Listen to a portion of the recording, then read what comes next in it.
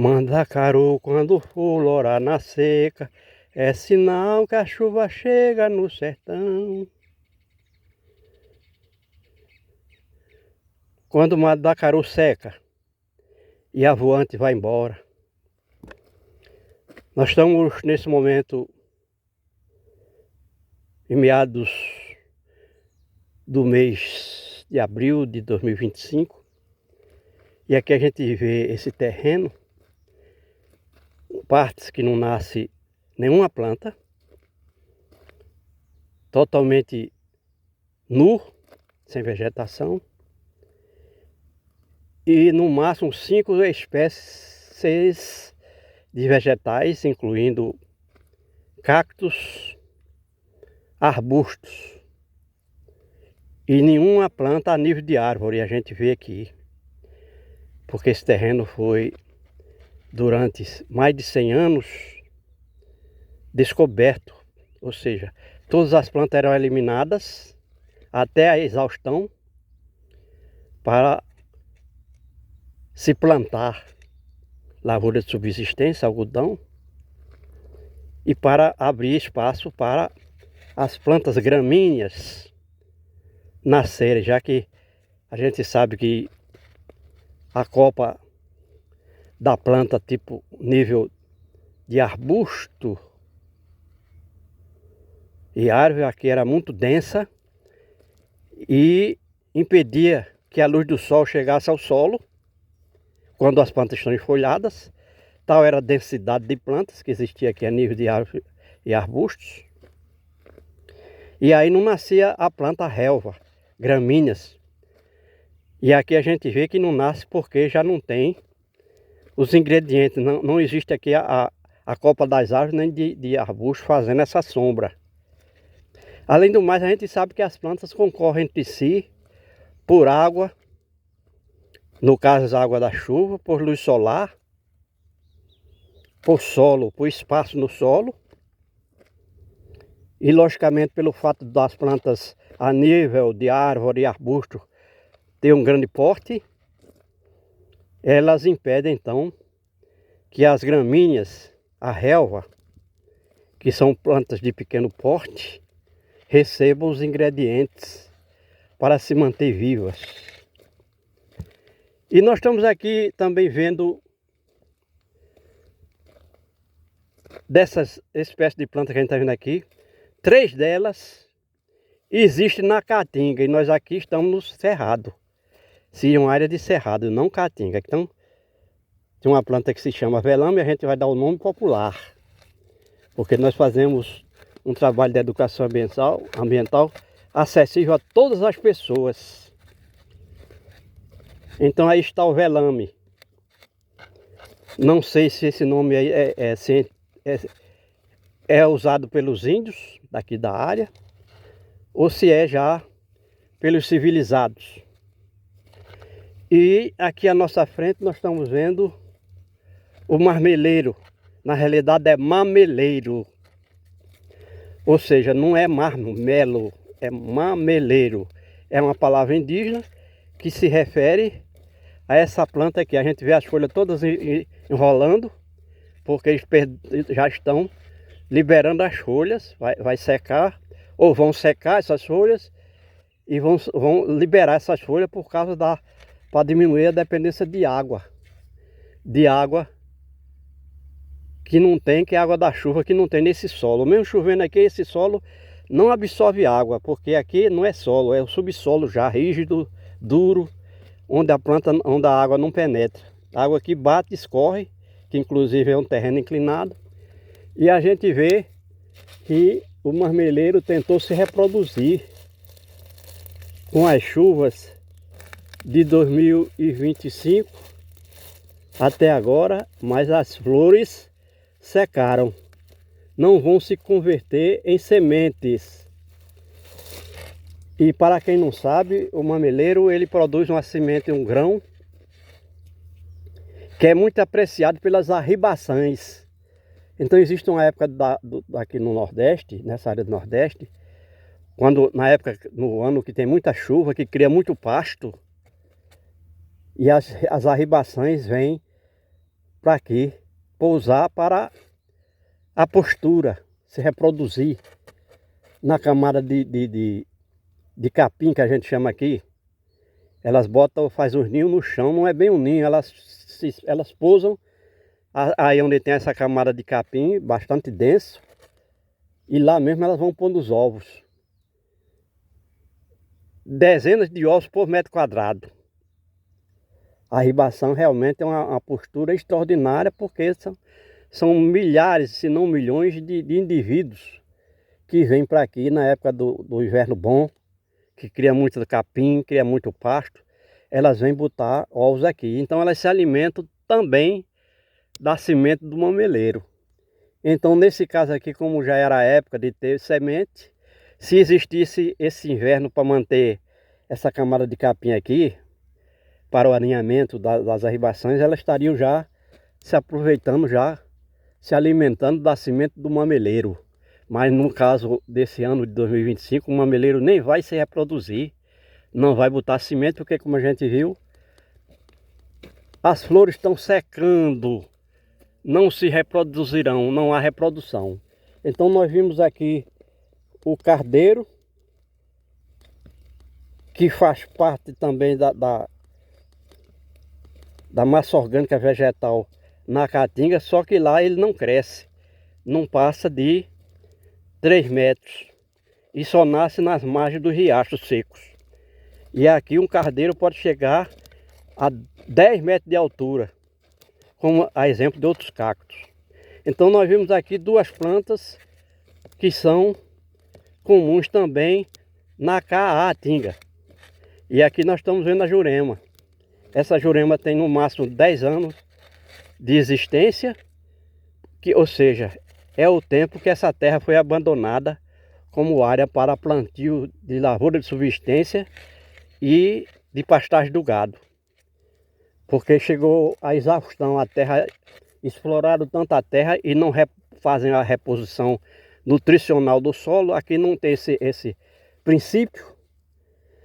Como não faz a reposição, a terra foi morrendo e morreu mesmo. E as plantas não conseguem mais crescer suficiente. Então na caatinga, uma planta dessa chamada jurema, não chega a 4 metros de altura. E aqui, nós estamos vendo aqui no cerrado, uma jurema que é secundária, ou seja, tem no máximo 10 anos aqui de existência. E ela tem aí mais de 8 metros de altura. Então nós vimos aqui 3 plantas, mameleiro, velame e jurema, que são comuns também na caatinga. Aqui nós estamos vendo uma árvore, que aqui é chamada de catingueira, porque a gente quando atrita as folhas, exala um perfume característico. Por isso, como o índio chamava, mau cheiro, chamava de caatinga, não é caatinga não, chama caatinga, que significa mau cheiro. Essa planta aqui que se chama catingueira porque exala um odor característico. E essa planta era muito usada pelos índios para queimar junto à maloca durante a noite, para espantar, como se diz por aqui, afugentar os mosquitos hematófagos, que à noite tem muitas espécies de mosquitos que são hematófagos, que usam o corpo do homem para a coleta de sangue, que é o seu alimento. Então a catingueira tem esse nome porque exala um mau cheiro, mas ela também é uma leguminosa, conforme a gente vê aqui pelas vagens. E por isso ela é planta de grande porte, podendo chegar a 20 metros de altura. A catingueira é lenha de primeira qualidade e pode também servir de estaca de cerca ou morões, dependendo do porte do caule e dos galhos. Então tá aí a catingueira, que não nasce na caatinga, porque na caatinga não tem solo. E se não tem solo, não tem capacidade de sustentar uma planta desse porte, que como a gente disse, chega a 15 metros de altura aqui no cerrado. Não é o caso dessa aí, porque aqui já não existe o solo, porque ela nasceu certamente, brotou de uma raiz que existiu aqui, onde foi arrancada a árvore catingueira, e brotou, e ela está tentando se sustentar aqui numa situação climática totalmente diferente. Em princípio ela não vai se desenvolver com a mesma intensidade com que fazia se aqui existisse o solo. Tá aí a flor da catingueira. Outra coisa incrível que nós estamos vendo aqui nesse momento é que não tem vento, a terra rimou. É incrível como essa hora o sol já é bastante intenso e a gente sabe que o vento é o ar em movimento, a terra rimou de novo, criado pela diferença de temperatura entre duas áreas adjacentes. Então aqui nós estamos no agreste do Rio Grande do Norte, a 80 quilômetros do mar, em várias direções aqui. Se a gente vai para o sul, bota a nossa câmera na direção do sul, o mar está a 80 quilômetros. Se bota na direção do leste, o mar está a 80 quilômetros, mais ou menos. E se bota na direção do norte também, é como se a gente estivesse aqui numa ponta. O Rio Grande do Norte seria uma ponta avançando no mar. Então nesse ponto onde nós estamos, o mar estaria nessas três direções citadas, a mesma distância de 80 a 100 quilômetros de distância. E a gente sabe que o mar, durante o dia, ele é mais frio do que aqui no continente. E como a gente disse que o vento nasce da existência de duas áreas adjacentes, nesse momento, pelo fato de o sol já estar muito quente aqui, e não foi capaz de esquentar a água do mar, mas já foi capaz de esquentar aqui a água na litosfera, ou seja, no continente, já era para ter vento aqui, porque a temperatura aqui está, pelo menos no chão aqui, a temperatura deve estar no mínimo a 28 graus, enquanto que lá no mar estaria a 24 graus agora, nesse momento. E a gente sabe que o sol não tem capacidade de esquentar uma grande lâmina de água do mar. Enquanto que aqui, se a gente for nesse reservatório, a gente vai sentir que a superfície está quente, e à medida que a gente vai baixando nessa água, um nível mais baixo, a água vai esfriando. Porque também o sol aqui não é capaz de esquentar uma lâmina d'água que tem no máximo aí 3 metros de espessura, na parte mais profunda desse pequeno reservatório, que já está com no máximo 10% da sua capacidade de armazenamento. E a gente vê lá à frente o gado, que a essa hora já está com sede, veio beber água, mas também ele aproveita que ao redor dessa represa pode ter alguma planta verde, já que lá na parte mais distante do reservatório, por falta de chuva, a relva já está morrendo, ou seja, o pasto do gado já está seco. E o gado procura sempre plantas verdes, mas de acordo com o seu paladar, porque não é qualquer planta que ela come. A gente vê aquela vegetação toda lá densa, é jurema, exclusivamente uma planta que o gado não come as suas folhas porque é bastante amarga. Amarga feito fel e chega a arder de tão amargo a folha da jurema. E a gente só conhece um tipo de gado que come folha de jurema, que é o caprino, que não se cria aqui no agreste, se cria no sertão. Talvez nesse momento lá no sertão seja a única alimentação do caprino, porque o pasto já não existe lá, porque lá também está com deficiência de chuvas. Pelo menos 70% do Rio Grande do Norte recebeu no máximo, em 2025, de janeiro até abril, no máximo 120 milímetros de chuvas, quando a gente sabe que já tem mais de 100 dias do ano de 2025. Então foi no máximo 1 milímetro de chuva por dia, enquanto que a perda de água por vários vetores do solo, no solo a perda de água é de no mínimo 3,5 litros de água, se tiver água no solo, 3,5 litros por metro quadrado ao dia, ou seja, o equivalente a 3,5 milímetros de chuva que se perde por dia no solo dessa área do Brasil. Enquanto que na água é muito maior, na superfície dessa água, pode chegar a perda de água aí pode chegar a uma lâmina d'água de 1 centímetro por dia, o que é extraordinário e justifica, portanto, que esse pequeno reservatório recebeu menos água em 2025, de janeiro até abril, do que o que perdeu.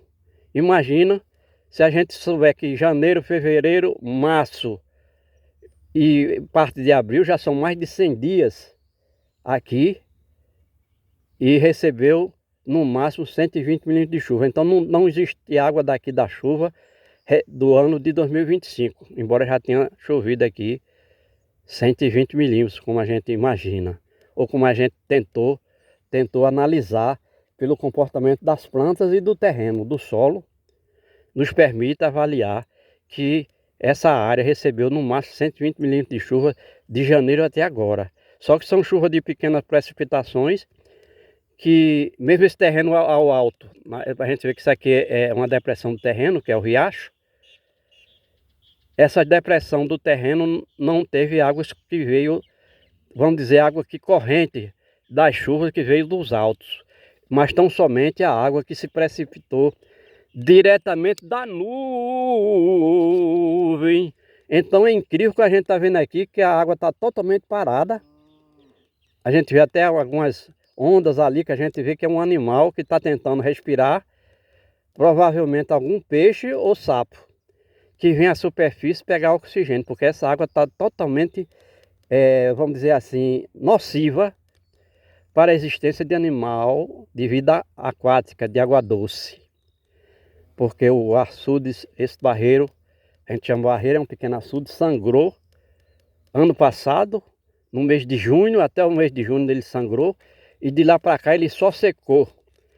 Então toda a sujeira que existia aí, que foi trazida dos altos, ou seja, matéria orgânica decomposta, como as fezes do gado, a urina do gado, as partes, restos mortais dos animais que morreram, incluindo o gado, veio tudo para aí. Então foi criando aí nesse lago essa grande concentração de agentes da terra, elementos, matéria orgânica, incluindo matéria orgânica da terra, que não saiu aí, tá aumentando a concentração. Então, se o açude não sangra, esse material vai ficando aí.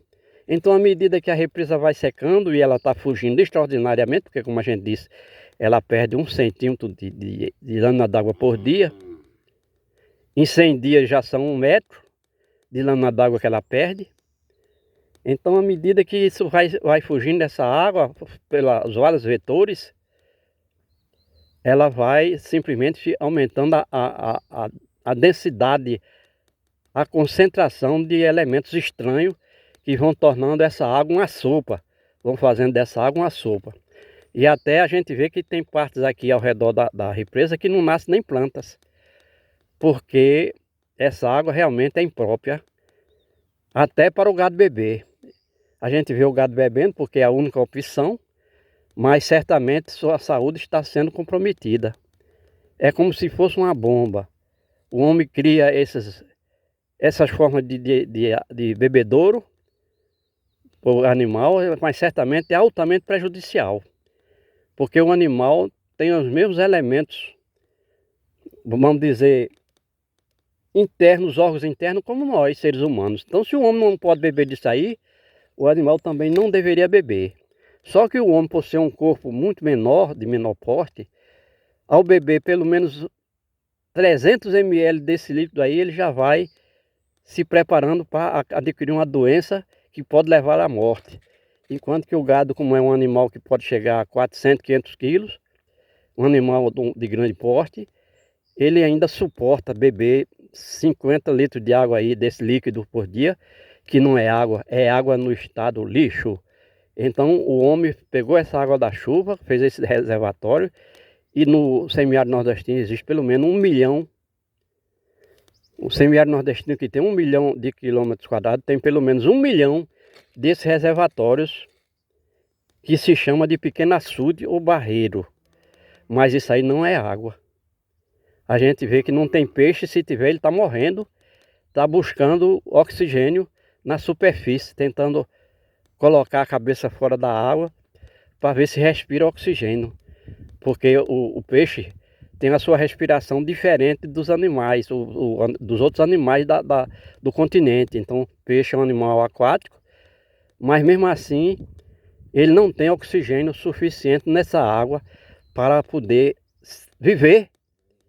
E entre as necessidade de vida depende do oxigênio da água para não só respirar, mas também para circular, para que o sangue tenha a pureza suficiente, o sangue do seu corpo, a partir da oxigenação. E esse oxigênio, como a gente disse, na atmosfera está presente em 21%.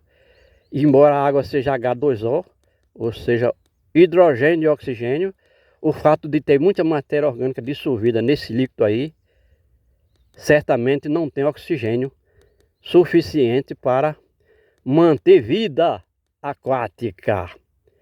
E isso a gente fala porque a água da chuva era água pura, que veio da atmosfera e vem todos os anos, mas nem sempre vem na medida certa, porque o clima aqui está sendo alterado, não só pela atividade nociva do homem, como seja a eliminação total das plantas e dos animais, porque a gente sabe que raramente existe algum animal aí da fauna, que já existiu milhares de espécies aqui, não digo milhares, mas centenas de espécies de animais da fauna, e hoje em dia não se consegue. Tudo foi feito por intermédio do homem, que usou esses animais para a caça, ou seja, para alimentação, mas buscava às vezes até por esporte, matava os animais por esporte, a caça, e nem sempre utilizava como alimentação, porque alguns animais têm a carne, vamos dizer assim, não saborosa para a degustação do homem, ao paladar do homem. Matava muitas vezes por esporte. Imagina matar uma rolinha, que é um pequeno passo que existe aqui, que tem no máximo 70 gramas de massa corpórea. E aí o homem matava de espingarda, e um tiro de espingarda não é no mínimo 20 centavos. Que é a pólvora, chumbo, a espingarda soca-soca ou qualquer outra espingarda. E a gente vê como o homem realmente foi destruidor aqui. E hoje a gente vê ainda, estamos por aqui ainda sobrevivendo, nós os homens, mas certamente não conseguiremos viver isolados, ou seja, sem animais e sem plantas. E o homem, ao destruir o ambiente dessa forma, concorrendo para a eliminação das formas de vida, outros animais e também dos vegetais, está também se eliminando, está se autodestruindo.